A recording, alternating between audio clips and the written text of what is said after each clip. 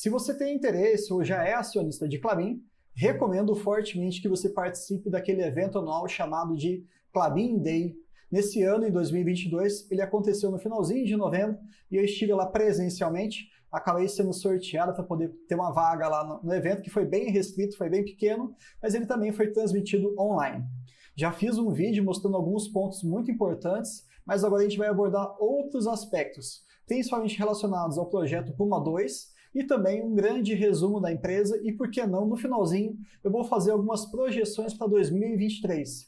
Será que hoje, por volta dos seus R$3, Klabin está interessante? Lembrando que eu estou gravando esse vídeo em dezembro de 2022. Se você tiver interesse, me acompanhe até o final que eu vou responder todas as dúvidas relacionadas.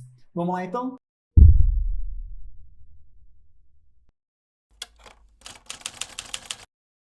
Então, dando continuidade aqui para esse projeto que a gente participou em 2022, vamos falar aqui sobre o Puma 2. Hoje, a MP28, a máquina de papel 28, já está com 70% concluído e nós temos um crescimento muito grande em relação à sua produção, à sua capacidade produtiva. De 2023, na casa de 190, 2024 vai praticamente dobrar e no finalzinho de 2027 chegaremos ali à sua capacidade máxima. Ou seja, geração, aqui a gente está falando de EBITDA, geração de caixa, só pela máquina 28 ela tende a crescer bastante. E estamos falando de vários tipos de produtos, que inclusive eu falo de cada um deles no vídeo que eu vou deixar aqui no card para vocês. Entre outras várias curiosidades e dados importantes de como é que a Klabin está hoje. Mas vamos dar seguimento aqui em relação ao projeto Puma 2.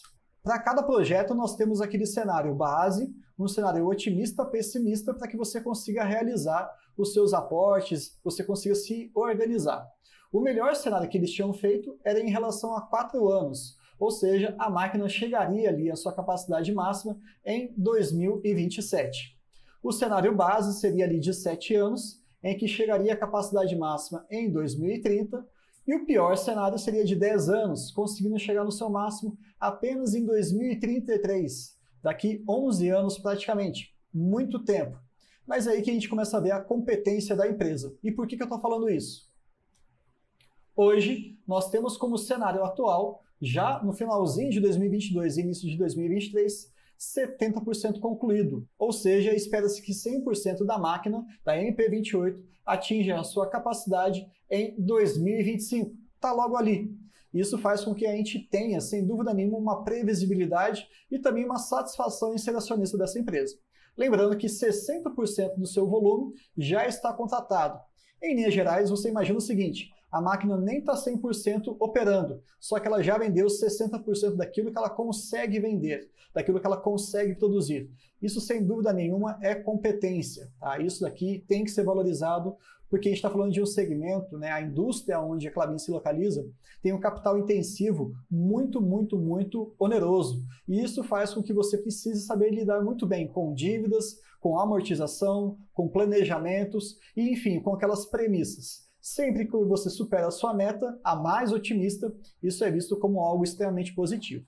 Falando um pouquinho então da questão de embalagens, que é onde a Klabin vai se destacar cada vez mais, e ela já tem uma relevância importante, na parte de caixas, 1 em cada 4 caixas no Brasil são produzidas pela Klabin. E isso melhora quando a gente fala de sacos. Metade é feito pela Klabin. Isso aqui a gente tem que ficar de olho em quem? Em Irani. Porque há sim uma sobreposição aí de mercado consumidor e eu enxergo hoje que a Klabin está muito mais bem posicionada, embora a Irani também seja uma excelente empresa. Inclusive, eu vou deixar aqui um vídeo para vocês falando do Irani Day. Outro ponto interessante em relação às embalagens é a taxa de crescimento em relação ao PIB. O Cristiano, que é o CEO da empresa hoje, ele fez algumas entrevistas recentes e ele fala uma questão muito importante. Quando o PIB cresce, essa parte, esse segmento de embalagens cresce um pouco mais. E quando o PIB cai, esse segmento cai menos. Então, ele traz ali uma resiliência muito boa, porque, inevitavelmente, o mercado precisa desse tipo de produto. Principalmente pelo fato de que 64% dos clientes são relacionados a alimentos. Então, se no momento de pandemia ou no momento de crise econômica, melhor dizendo, você deixa de viajar para o exterior, você deixa de comprar aquele seu segundo tênis de corrida, com certeza você não vai deixar de consumir. Então isso aqui é uma demanda perene e muito importante para que a gente consiga se posicionar ante os seus concorrentes. Essa exposição aqui, pensando em termos estratégicos, é muito importante para a Klabin. Mas não somente isso, a gente tem que enxergar um pouquinho do e-commerce, que é outra tendência secular que nós estamos vivendo. E se a gente for comparar com os grandes players, os Estados Unidos têm uma taxa de crescimento de 17% a 18%, pegando, é claro, de 2019 até 2022. A China, como ela já é bem maior, tem uma taxa de crescimento menor, de 13% ao ano. E o Brasil, que é muito pequeno ainda, tem uma taxa de crescimento de 22%. Ou seja, tem muito mercado para ser atendido ainda. Olha como os clientes são enormes. Mercado Livre, gigante aqui na América Latina, Magazine Luiza, Kabum, Amazon, O Boticário, Renner, Carrefour, iFood e também a Unilever. E é nesse sentido que a gente percebe que hoje a Klabin ela escolhe os seus clientes. Olha o tamanho desses players. Mercado Livre, Amazon. Meu Deus, tem uma presença, tem uma demanda muito grande. Então a Klabin, estando associada a eles direto ou indiretamente, traz para a gente, acionistas da Klabin, uma segurança, uma tranquilidade quando a gente faz algum tipo de investimento. E não somente esses vários clientes que nós temos, também são mais de 15 mil produtos diferentes. Saco de cimento, aquele six-pack, como a gente já falou no outro vídeo, relacionado à cerveja, as caixas do Nescau e outros alimentos também, maçã da Turma da Mônica e por aí vai. Então é tudo muito customizável, é tudo muito mais personalizável. Isso traz também uma identificação com o seu cliente final, mas não da Klabin necessariamente. O cliente que vai receber lá em casa aquela embalagem da Amazon ou aquela comida que você pede no iFood que vem numa sacola bem resistente. Eu faço compras pelo Corner Shop, por exemplo, e você percebe que ela aguenta bastante em relação à questão de peso, a questão de molhar ou não, não rasga tão facilmente. Então são produtos que servem também como uma identificação com o seu cliente final. Enfim, a gente entende que de uma maneira global todo mundo é beneficiado, desde quem produz até quem consome lá na ponta. E isso daqui também eu queria deixar claro para vocês. Preços líquidos Klabin e inflação Brasil. A gente já falou da relação do PIB e das embalagens, né, como é que ela cresce, mas agora isso aqui é sensacional. A nossa taxa de inflação de 2015 a 2022, ela tem um crescimento aí de 5,4% ao ano. Só que a Klabin, ela consegue repassar os seus preços, ela consegue incorporar a inflação acrescido de uma maior margem. Ela consegue ter um crescimento aí de 10%.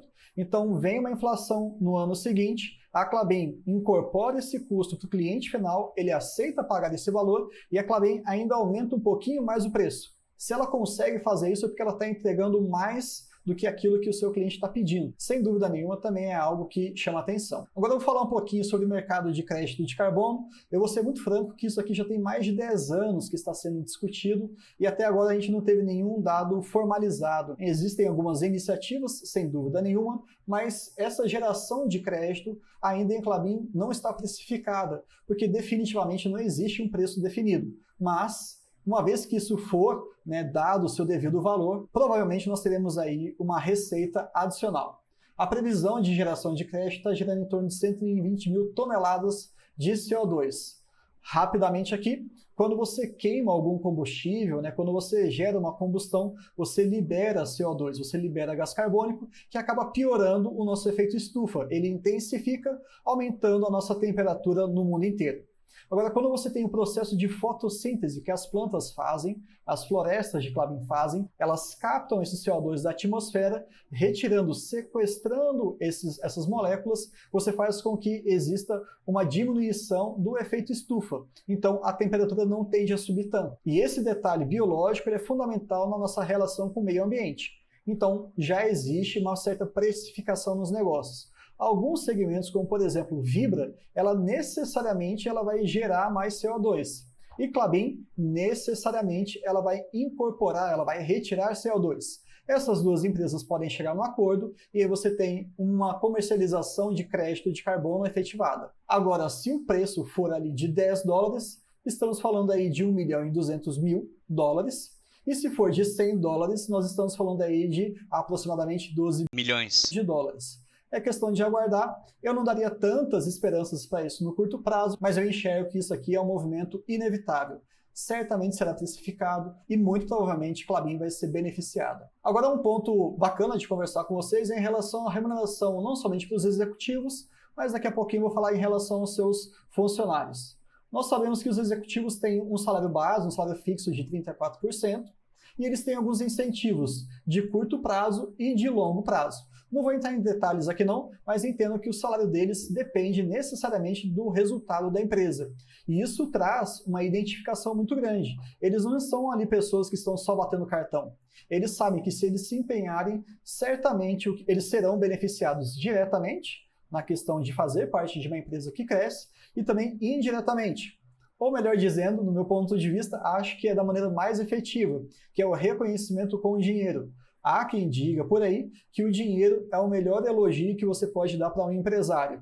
Não estou fazendo nenhum tipo de viés, não, tá? Eu acho que ganhar dinheiro é importante, eu não acho isso ruim, não. E esse reconhecimento foi expandido também para todos os colaboradores. Sim, desde o alto escalão até o mais novato ali, agora ele tem uma remuneração, ele tem a possibilidade de converter 10% da participação dos lucros, que é ali um evento muito esperado pelos funcionários de qualquer grande indústria, né, de qualquer grande empresa, ele pode converter em ações. Isso faz um sentimento de identidade. Não somente um sentimento, mas eles relataram até no evento presencialmente, em que a copeira da Klabin, que atendia ali alguns diretores, chegou para o Ivo, que é o CFO, para quem não conhece, é o carequinha, uma pessoa extremamente educada e muito competente, e ela falou assim, eu quero que a nossa empresa dê lucro, viu? Eu estou de olho no que você está fazendo.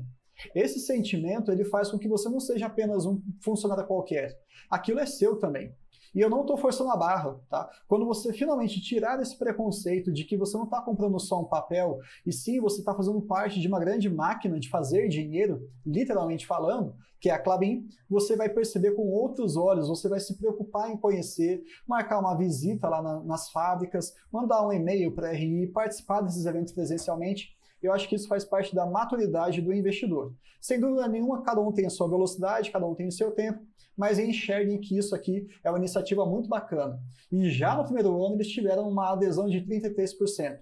Esse modelo ele tem sido aplicado em outras empresas e em outros países. E demora ali 3, 4, até 5 anos para que você tenha uma adesão desse tamanho. Uma das hipóteses é que os funcionários reconhecem que sim, é importante você fazer parte se você tiver a possibilidade enquanto acionista. Não é à toa que essa adesão já foi bem relevante logo de cara. Estamos falando ali de 4.800 colaboradores. Então pronto, já fizemos a nossa apresentação do Klabin Day. Agora eu vou fazer um grande consolidado, passando rapidamente por alguns pontos estratégicos que eu ainda não abordei, e no finalzinho eu vou fazer algumas premissas para 2023. Deixando claro que jamais, em tempo algum, nesse canal você vai ver recomendação de compra, de venda ou de manutenção de ativos. Cada um é dono do seu dinheiro, cada um é responsável pelo sucesso ou pelo fracasso dos seus investimentos. Jamais, em tempo algum, delegue isso para outra pessoa. E essa filosofia ela é muito cultivada lá no AGF. Se você quiser testar durante 30 dias de graça, eu vou deixar o link aqui na descrição. Eu acho muito bacana, porque ele consegue automatizar aquilo que pode ser automatizado, e eles têm um espaço, uma comunidade muito proativa em relação a notícias, em relação a racionais e outros textos que vão te auxiliar nessa caminhada sem dúvida nenhuma. Eu mesmo publico ali de 2 a 3 textos por semana, porque eu acho que é importante a gente ter sempre essas doses homeopáticas sobre investimentos. Não precisa viver disso não, mas sem dúvida nenhuma, consuma desse conteúdo semanalmente pelo menos. Mas vamos lá então para o resumo. Klabin é uma empresa verticalizada, ela produz celulose, papéis e embalagens, tem crescido basicamente no setor de embalagens e de papéis. O 1A2 tem ajudado muito nisso, sem dúvida nenhuma. A gente sabe que a celulose ela responde por boa parte do volume de vendas, claro, mas o kraftliner, os cartões e as embalagens estão assumindo uma porcentagem cada vez mais relevante. A gente percebe que em 2021, 54% do EBITDA era responsável pela celulose, que é uma commodity, ou seja, tem os seus ciclos, os seus altos e baixos. Agora, olha que interessante que eles querem a partir de 2025. Querem diminuir essa dependência, e não significa que eles vão diminuir a quantidade de celulose, mas eles vão aumentar a geração, o EBITDA, em outros segmentos, que é o de papel e de embalagem, chegando aí aproximadamente, por que não, 70%. E isso aqui faz uma grande diferença. Por quê? Você tem que parar de olhar para a Klabin enquanto uma empresa assim exposta radicalmente ao ciclo de commodity. Se você tem essa visão, está na hora de mudar, tá bom? Porque os números, os projetos, tudo que eles estão apresentando está trazendo cada vez mais uma previsibilidade em relação aos seus ganhos, em relação à sua capacidade de geração de valor para o acionista. E lembrando também que nós temos para a máquina 27 e a 28, que fazem parte do projeto com a 2, lá em 2024 a NP27 vai estar pronta, ou melhor dizendo, 100% na sua capacidade, e a NP28 ali em 2027. Lembrando que esses cenários eles estão sendo antecipados. E essa visão, por favor, carreguem daqui para frente. Irani que se cuide, né? Porque está cada vez mais esbarrando por ali. Outro ponto fundamental é você entender que o ROIC é uma métrica muito boa em relação à eficiência da empresa, o quanto que ela está dando de retorno em relação ao capital investido. De 2010 a 2015 nós tínhamos 9%, razoável, baixo, mas não tão assim interessante. De 2016 até 2022 nós estamos com um ROIC de 14%, já uma outra conversa muito melhor, e eles esperam sim para o próximo ciclo, 23 a 28, um ROIC superior. Quanto? Eles não falaram numericamente qual que vai ser esse valor exato, mas a gente espera algo maior, até porque eles estão investindo mais de 12 bilhões de reais, o maior investimento nos mais de 120 anos de história que ela está fazendo ali nas máquinas 27 e 28. Então, isso certamente vai trazer um retorno para a gente. E aqui a política de dividendos, que é o que nos interessa bastante, está no seu estatuto ali, uma política de 15% a 25% do EBITDA ajustado. Então, por favor, quando você for olhar alguma notícia em algum grande portal por aí, falando que o lucro subiu tanto ou o lucro caiu tanto, não se preocupe com aquilo, porque a sua fonte de dividendos é o EBITDA. Tá? Geração de caixa, é isso que a gente está falando, caixa. É isso que a gente quer saber, é daí que vai sair o seu provento. Então, não se preocupe com as oscilações do lucro, porque ele tem uma exposição cambial. Lembrando que a Klabin é uma empresa exportadora, então ela vai ter assim uma grande vantagem quando o dólar tiver uma valorização ante o real. E quando tiver uma pequena redução, ela vai ser impactada. Mas a nossa remuneração, ela não vai ser tão prejudicada assim. E os investimentos para 2023, percebam que vai gerar em torno dos seus 5,4 bilhões, sendo que Puma 2 e os outros projetos, né, Figueira e Horizonte, eles são responsáveis por mais de 50% disso. Lembrando que o CAPEX de manutenção, investimento, o dinheiro, né, alocado para manutenção é de apenas 2,2. Quando a gente fala em investimento, a gente pensa em aumento de resultados. E é isso que é importante você colocar na sua cabeça. A Klabin não para no tempo.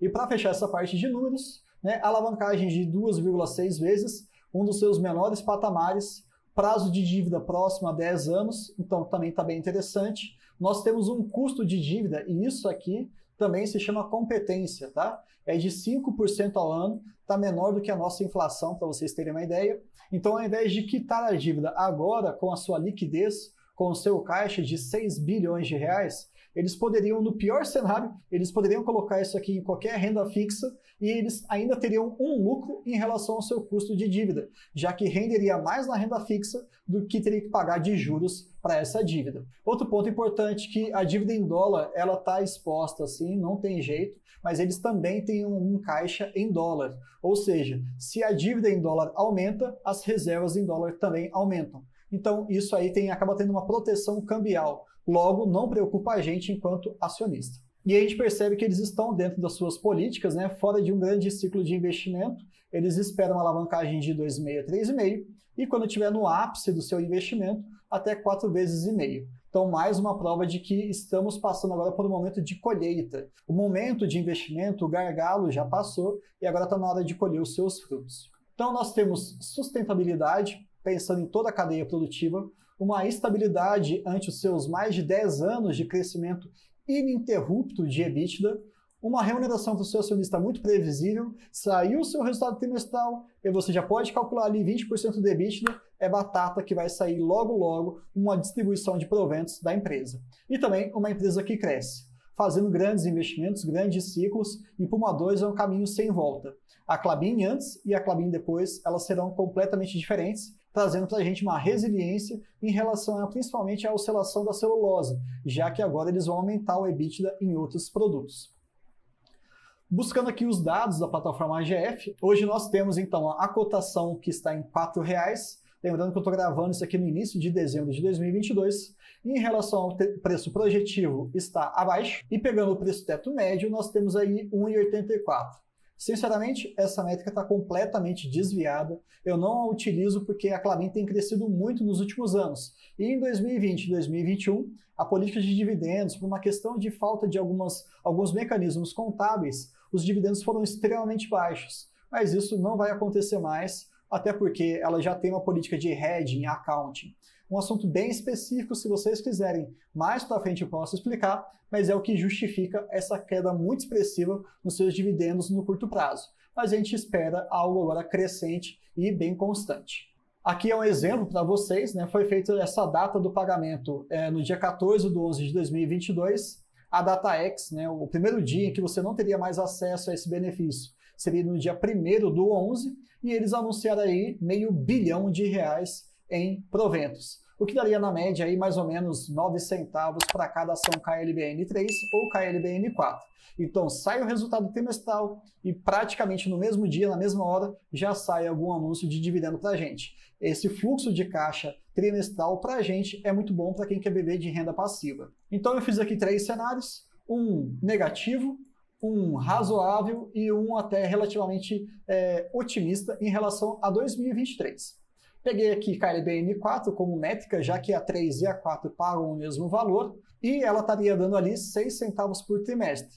Fechando o ano então com 24 centavos e pensando no preço teto de 6%, nós teremos aí um preço máximo de R$ 4,00. Se você for um pouco mais exigente nesse cenário bem ruim, buscando 8%, você pagaria no máximo R$ 3,00, tá certo? Quando a gente olha o cenário base, que é um que eu gosto de utilizar, fazendo a mesma relação que eu acabei de mostrar para vocês, mas agora usando 8 centavos por trimestre, 32 por ano, nós temos o preço teto de 6% em R$ 5,33 e também o preço teto de 8% em R$ 4,00. E pensando no cenário muito otimista, aqui que a gente está falando agora 10 centavos por trimestre, ou seja, 40 centavos no ano, nós temos como preço teto de 6%, R$ 6,66 e o preço teto de 8% em R$ 5,00. Muitos números, né? Sem dúvida nenhuma. Mas pensa o seguinte, o histórico da Klabin é aí por volta de 6 centavos trimestrais, tá bom? Então, se você é um cara extremamente conservador e você busca ali um preço teto de 6% pelo menos, pela filosofia do Barsi, o jeito Barsi de investir, nós estamos num valor aceitável, tá? De R$ 4,00 aproximadamente. A última compra que eu fiz foi em R$ 3,85. Teve uma pequena queda, então eu fui lá e aproveitei e peguei alguns pequenos lotes. E agora eu vou mostrar para vocês a minha projeção pessoal. Eu entendo que Klabin tende a pagar pelo menos, tá? E eu estou colocando uma gordurinha aí para queimar, de 8 centavos por trimestre. E eu gosto de um yield mínimo aí de 10%. Então o meu preço teto de entrada seria em R$ 3,20. Só que veja, eu estou colocando um yield de 10%, já bem mais elevado. Então eu estou exigindo também um preço teto mais baixo, de R$ 3,20. Hoje ele está ali quase R$ 4,00, R$ 3,90, não é isso mesmo? Entendam, você não precisa ficar fixo a esses valores. R$ 3,20 eu vou comprar. E por que não? Significa que R$ 3,21 não está bom? R$ 3,25 não está bom? Será que você não está sendo muito exigente com esse yield de 10%? E se você reduzir um pouquinho para 8%? Sabe, se você fizer alguns pequenos manejos, algumas pequenas correções, você vai acabar percebendo no mais importante. Não existe um preço teto cravado, específico, que você vai respeitar sempre. Tente colocar ali uma margem, ali, alguns valores. De R$ 3,50 a R$ 3,20, ou de R$ 3,80 a R$ 3,10. Baixou de R$ 3,90, eu já estou comprando aos poucos. Faça pequenas compras fracionadas. Olha só nesse cenário que eu vou voltar aos slides. Se a gente for considerar aqui o pior cenário de 6 centavos e pagando 6% apenas, R$ 4,00. Então, no pior dos cenários, você já atende todos os pré-requisitos do jeito Barsi de investir. Entendeu esse recado? Qualquer solavanco para cima, você já está tendo uma rentabilidade maior, você já tem uma gordura melhor para você queimar, então você já está mais seguro. Por isso que eu gosto disso. O jeito Barça, ele te dá uma métrica, mas você não precisa ser ferro e fogo, 8 ou 80. Coloca ali alguma margem, e por isso que eu gosto. Abaixou de R$ 4,00, eu já vou comprar, sem dúvida nenhuma, e essa é a minha métrica. Abaixou de R$ 3,20, aí eu vou ter que usar a minha reserva de oportunidade, que hoje é muito pequena, quase nada, mas certamente vou comprar muito. A título de curiosidade, para quem já é AGF+, a Luize fez há alguns meses um pequeno insight, um pequeno resumo do que ela entende em relação ao preço de entrada para a Klabin. Está um pouquinho superior a esse, mas eu não vou falar o valor, até em respeito às pessoas que pagam pela plataforma. Mas lá você pode buscar nos insights, que você vai ter todo o racional dela. É bem interessante, é bem maduro, mas eu não gosto, de novo, de ficar preso aos números. Na minha visão, baixou de 4, eu estou comprando, baixou de 3,20, eu estou comprando de caminhão. Tá bom? E não se esqueçam também que Klabin 3 e Klabin 4 pagam o mesmo dividendo. Então, qual que você vai comprar? A mais barata. Ponto final. Não tem que ser discutido, tá? Nós percebemos aqui que Klabin 4 terminou em R$ 4,05 e Klabin 3, curiosamente, que não é muito comum isso acontecer, fechou em R$ 4,03. Então, na minha carteira eu tenho os dois ativos. Esse papo de liquidez, eu vou ser muito franco com vocês. E até é importante deixar isso aqui como recado final, que é em relação à conversa sobre liquidez.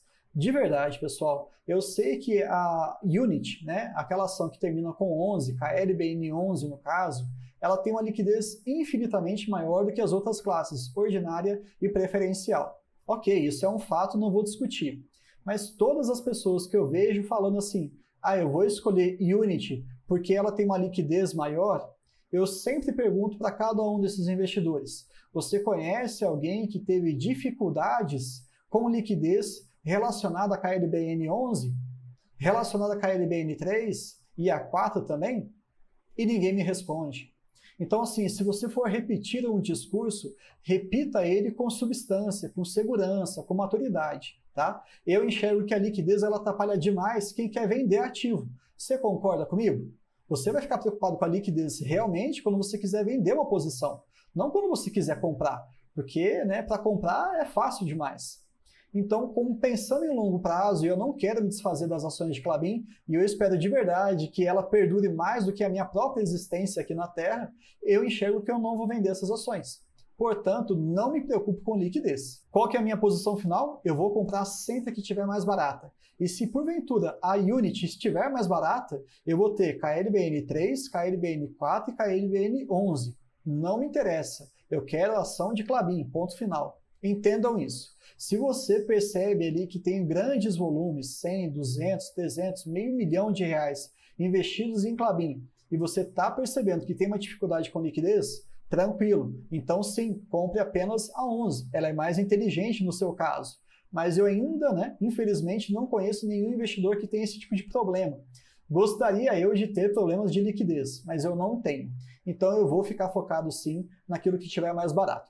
Espero que vocês tenham gostado desse vídeo. Sim, eu dividi ele em duas partes. E se você quiser entender a parte mais conceitual, estratégica de Klabin, eu vou deixar como opção final aqui no card, para que vocês possam já linkar os dois conteúdos como sugestão. Acho que vale a pena, está ali com um tempo razoável, não está tão grande não, mas com certeza tem bastante conteúdo para vocês. Não se esqueçam de se inscrever, também de deixar o seu comentário, aquele like que é muito importante para a gente, e também eu vou deixar aqui no link da descrição um grupo do WhatsApp para que você possa participar das nossas discussões. Tudo bem? Por hoje é só e até o próximo vídeo.